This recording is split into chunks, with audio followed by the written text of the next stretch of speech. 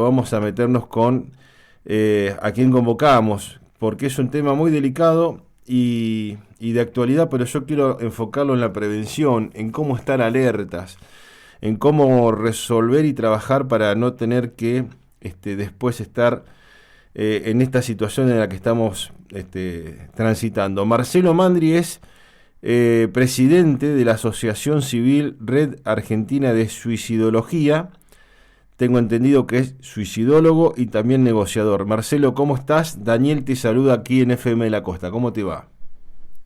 Hola, buen día, Daniel, ¿cómo estás? Te saludo a vos y a la audiencia. Bueno, ¿cómo podemos hablar de prevenir este tema que a veces es como cuando hablábamos del cáncer, ¿no? No lo queremos nombrar, pero lo tenemos que hacer porque tenemos que charlar de prevención y no sé si lo estamos haciendo en la magnitud que tendríamos que hacerlo, ¿no? Bueno, básicamente ahora, en este momento, estamos haciendo prevención. Estamos interviniendo desde la intervención comunitaria a través del efecto papágeno, que se denomina así a todo aquel efecto que produce un mensaje de esperanza, llevando el contexto de que el suicidio se puede prevenir. El suicidio siempre es prevenible y previsible. Lo que sucede es que lamentablemente a veces no llegamos a tiempo, algunas situaciones y algunos casos, o a veces no lo podemos evitar por diferentes situaciones. Pero el suicidio se puede prevenir y es previsible. Para eso tenemos que tener en cuenta algunas cuestiones básicas, hablando netamente de prevención. Tenemos que manejarnos con 4 pilares. Tenemos que saber que en el primer pilar el suicidio es multicausal y tiene fases. Nunca es por una sola razón que una persona piensa o empieza a evaluar la posibilidad de su muerte para dejar de salir de las penas que está sintiendo. Siempre son muchas causas que se suman una con otras, se superponen y hacen que la persona empiece a evaluar esta posibilidad. ¿Existe la posibilidad de que un hecho o un acontecimiento sea disparador o se convierta en el detonante o sea acelerador de procesos? Sí. Bien, por ejemplo, el alejamiento de un ser querido y demás. Pero esa no es la única razón. No existe aquello que muchas personas creen, que dicen, bueno, se quitó la vida porque lo dejó la novia, se quitó la vida porque lo echaron del trabajo y demás. No. Ese hecho o acontecimiento puede haber sido un acelerador de proceso o un disparador, pero a esa persona le sucedían un montón de cosas que lo llevó a reaccionar de esa manera por aquel acontecimiento. Eso tiene que quedar claro. Y después tenemos que saber que también tiene fases. La fase del proceso suicida, hay muchas clasificaciones, pero la más didáctica es el de las 7 fases, que empieza con la acumulación de problemas. Y vos me vas a decir, Marcelo, todo el mundo tiene problemas. Y sí, la vida es eso, es un cúmulo de situaciones adversas, situaciones felices que hacen a nuestra historia. Pero no todas las personas se le van acumulando los problemas y no tiene la capacidad en ese momento, por las situaciones que atraviesa, de poder ir resolviendo esos problemas. Entonces, a lo mejor esos problemas se transforman en conflictos, y la diferencia entre conflicto y problema es que en el conflicto la emocionalidad empieza a entrar en juego, y cuando la emocionalidad empieza a incidir, nuestras capacidades cognitivas se empiezan a deteriorar cada vez más, y no vemos tan claramente las cosas como la veíamos cuando no estábamos emocionales. Eso nos sucede cuando nos enojamos con un amigo, con una pareja, cuando nos enamoramos, cuando nos suceden cosas que eleven nuestro estado emocional. Nosotros no vemos claramente las cosas como a lo mejor las puede ver un tercero, o las podríamos haber visto nosotros mismos en otra situación. ¿Bien? Y cuando la persona empieza con acumulación de conflictos, que es la segunda fase, ahí la situación empieza a cambiar de color.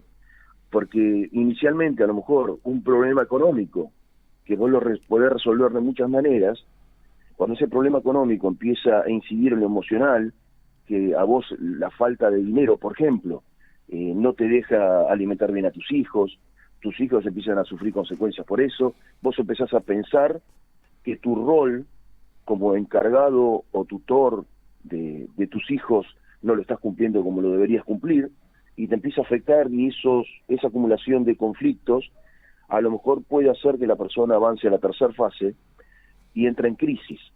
Y cuando la persona entra en crisis, vos sabés que crisis toda situación no común de gravedad decisiva que necesita de personas especializadas para ser resuelta.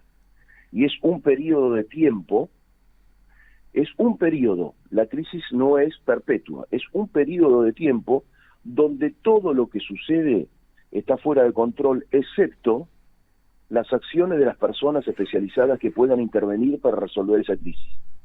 Entonces es por eso que es tan importante que cuando una persona está en una crisis emocional, busque ayuda o asistencia especializada a través de los profesionales. Si la persona en ese momento no tiene el deseo, no tiene la capacidad, no sabe dónde ir a buscar, es conveniente que otra persona que esté en su entorno y detecte esta situación, inste a la persona a buscar ayuda, la acompañe, no la dejen sola.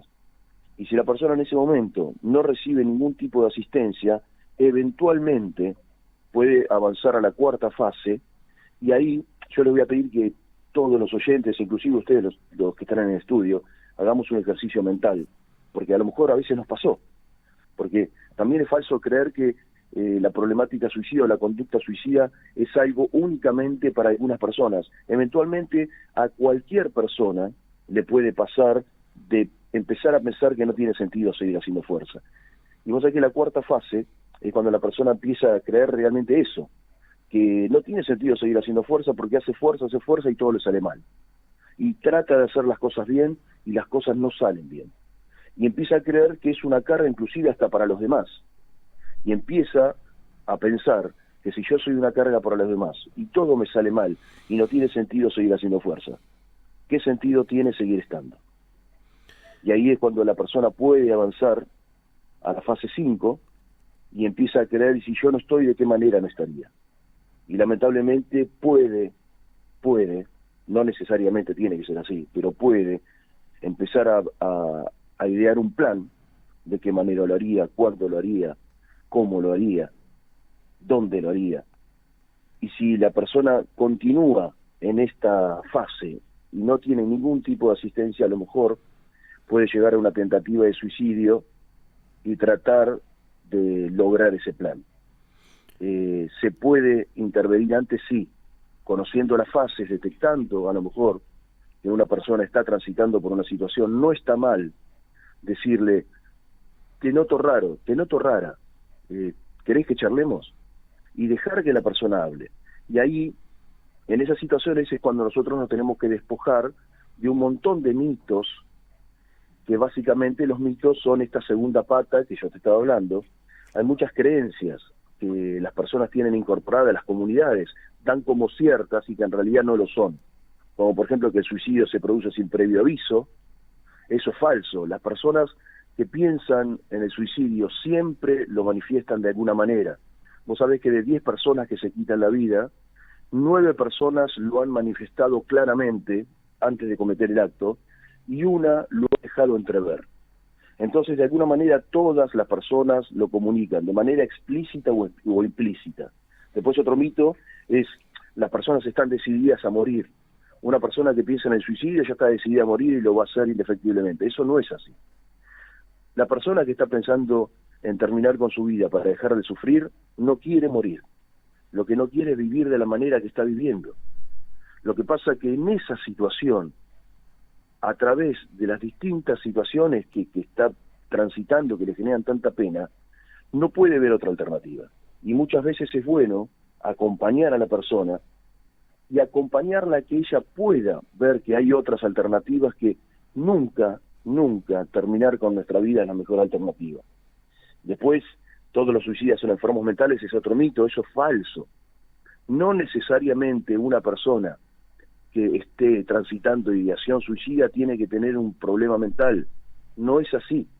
Hay problemas, la problemática suicida es de índole biopsicosocial. Quiere decir que hay problemas de carácter social que inciden directamente, también hay problemas de carácter psicológico y también hay problemas de carácter biológico. ¿Bien? Entonces, una persona que está transitando por una situación que deviene de un conflicto social que está transitando, no necesariamente tiene que tener ninguna cuestión relacionada con la salud mental. A lo mejor una persona lamentablemente está viviendo cosas, aislamiento social, soledad, y eso los puede llevar a creer que no tiene sentido seguir estando. Todos estos mitos que yo les estoy diciendo hay que tenerlos muy, muy en cuenta, porque lamentablemente son aquellas cuestiones que nos impiden a nosotros poder realizar prevención. Y la prevención, y permitime que me tome la licencia de decirle chicos y chicas a todos los que nos escuchan, la tenemos que hacer entre todos. Los profesionales de la salud desde su lugar, la comunidad desde su lugar, las instituciones u organizaciones civiles sin fines de lucro como nosotros desde nuestro lugar, y en este caso los medios de comunicación también como lo estamos haciendo. La prevención es algo que se debe realizar sí o sí en conjunto. No podemos pretender que el sistema de salud únicamente con la intervención de ellos vaya a resolver la problemática, porque vos imaginate que a lo mejor una persona que transita ideación suicida asiste a un espacio terapéutico, pero después el entorno laboral de esa persona es horrible, o la vida familiar de esa persona es horrible, todo el trabajo que a lo mejor puedan hacer en el espacio terapéutico no estaría acompañado por aquel apoyo social del que estábamos hablando al principio. ¿Bien? Uh-huh. Y como recomendación, ¿qué les puedo decir con respecto a la temática? Si en algún momento alguien nos dice o nos comenta que tiene pensado o pensó en la muerte para salir del dolor, básicamente no prometan guardar el secreto. Es muy común que algunas personas te digan, mira, yo te lo cuento a vos, pero no le digas a nadie. O algún alumno le dice a alguna profesora, profe, ayer hice esto, o escribí esta carta, pero no le diga a mi mamá. Lo que hay que hacerle entender a ese chico, chica o a esa persona adulta es que guardar el secreto, guardar ese secreto es lo peor que yo puedo hacer como amigo o como afecto o como persona de confianza de ella. Guardar el secreto, ese tipo de secreto, puede significar que a lo mejor mañana o pasado la persona deje de tener ideación suicida y pase a la acción directamente. Entonces hay que hacer entender que la mejor forma de acompañarla, que si confía en nosotros, que nosotros estamos dispuestos a acompañar sin ninguna carga moral, acompañarlo o acompañarla realmente porque nosotros queremos hacerlo. No me resulta una carga, no es una molestia. Yo quiero acompañarte. Si vos me dejás, yo te quiero acompañar. Y el mejor acompañamiento que hay, como primera recomendación, buscar ayuda especializada. Todos podemos ser... Sí. Dos consultas te quiero hacer, si no se me va a ir el tiempo, y está buenísima la charla. De todo esto que contaste, que fui anotando, ¿cómo juega el tema de las adicciones? Indudablemente no está presente en el 100% de los casos, pero sí potencia mucho cuando está presente, indudablemente. Bueno, hay algo que hoy yo te hablé de la previsibilidad. Hay algo que se conoce como factores protectores y de riesgo. Los factores de riesgo son aquellas cuestiones que ponen a la persona no en un estado de que seguramente va a padecer ideación suicida, pero sí es un potencial riesgo si se agrupa con otros factores. Uno de esos factores de riesgo son las adicciones. Las adicciones y las conductas suicidas suelen ir de la mano, de igual manera que las personas que han sido abusadas, mujeres golpeadas, personas que sufran soledad y demás. Ahí esos factores son factores de riesgo, pero hay que aclarar algo. No necesariamente quiere decir que una persona que sufra adicciones vaya a padecer ideación suicida, pero existe la posibilidad que si esa persona sufre adicciones, aparte no tiene control de impulsos, tiene síntomas de violencia, aparte sufre abandono social, aparte tiene problemas familiares, y aparte a lo mejor ha sido abusado o abusada en el transcurso de su vida, bueno, todas esas situaciones pueden llevar a la persona a que a lo mejor nosotros podamos suponer que pueda padecer o padezca en algún momento de ideación suicida. Entonces ahí es donde hay que poner la lupa y prestar atención a ese tipo de situación. Lo primero, por lo que uno ha ido escuchando y lo más claro, creo, me corregís obviamente, es estar atento nosotros como compañeros, como vecinos, como familiar, como amigo, como conocido, de si hay algo que no estamos viendo bien, acercarnos, charlar, consultar, escuchar. Ahora, el otro paso, en ese paso que sería el tercero o la cuarta fase que decías vos, ya el necesitar que alguien con experiencia como ustedes se acerquen o se contacten, ¿dónde lo podemos hacer? ¿Hay un teléfono? ¿Hay un lugar físico? ¿Hay una red social donde contactarse con ustedes? Sí, nosotros tenemos una línea de WhatsApp que, déjame aclarar, que es una línea de asesoramiento, no es una línea de asistencia, porque nosotros estamos esperando que se apruebe una ley para que en Río Negro podamos tener una línea de asistencia al suicida, pero por lo menos ahora tenemos una línea de asesoramiento de WhatsApp, que es el número 2920 24 40 99. Pueden mandar mensajes, pueden consultar todo lo que quieran, inclusive de manera anónima. Hay profesionales que los van a asesorar de manera gratuita y solidaria. También tenemos redes sociales, nos pueden buscar en nuestra página www.redargentinadesuicidología.com.ar. También nos pueden buscar en el Facebook como Red Arsui Río Negro o también como Red Argentina de Suicidología. Bien. La última, tenés 4 minutos porque tenés la formación para ayudarnos en esto. Vos sabés que cada vez que hablé y nombré la palabra salud mental en este programa, es impresionante la cantidad de gente que se comunica. ¿Qué es la salud mental o cómo lo podríamos describir y cómo influye o no en esto que venimos charlando? Mira, déjame pararme en mi especialidad, que es la suicidología. Yo lo que te puedo decir es que la salud mental en la suicidología es una parte muy importante, porque de hecho, al ser la problemática de carácter biopsicosocial, tiene relación directa. Pero, vuelvo a reiterar lo que dije hace un ratito, la prevención se hace entre todos. La salud mental es una parte fundamental, pero no es la única parte. La parte comunitaria también es muy importante. Hay muchos casos que nosotros no tenemos por qué esperar que una persona empiece a transitar ideación suicida. A lo mejor interviniendo en la primera fase podemos hacer un montón, que eso es lo que se conoce como intervención primaria, la prevención. Ahora, tengo que aclarar algo también. Todos, absolutamente todos, podemos ser agentes preventores si tenemos un mínimo de conocimiento. Lo que no podemos ser todos son agentes interventores. Entonces, básicamente, ¿todos podemos aportar para la prevención del suicidio? Sí, definitivamente sí, si tenés un mínimo de conocimiento.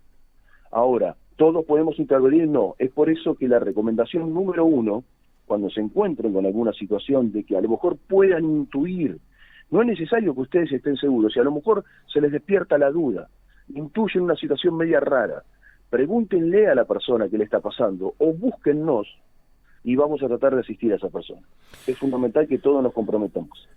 Marcelo, te mando un abrazo. No va a ser la única vez que vamos a estar charlando. La única forma que hay es seguir charlando. Te convocaré una vez por mes. No importa reiterar las veces que sea, porque tenemos que ejercitar esto de que todos somos agentes preventores. Consultar, preguntar cómo uno está, puede ser un gran paso para no estar lamentando cosas después. Te mando un gran abrazo y claramente cuando tengan o actividades o diserten en algún lugar, estamos para difundir. Bueno, muchísimas gracias. Otro gran abrazo desde acá y un saludo cordial para todos los oyentes. Estábamos charlando con Marcelo Mandri, que es presidente de la Asociación Civil Red Argentina de Suicidología. Pregunten, consulten, estén atentos, no se queden solos, no se guarden nada. Nos tenemos que cuidar entre todos. Y si uno está mal, ahí tenemos que estar los amigos, los conocidos, los que trabajamos, los que compartimos. A veces una simple pregunta acelera todo un proceso, y a veces que alguien nos venga a decir si estamos bien también nos ocasiona, me ha pasado, no para estar a este punto, pero cuando uno está mal y se acerca a alguien y te demuestra cierto grado de cariño, de afecto, de estar al lado tuyo, es un paso enorme. No se queden solos, no nos quedemos solos, acompañémonos.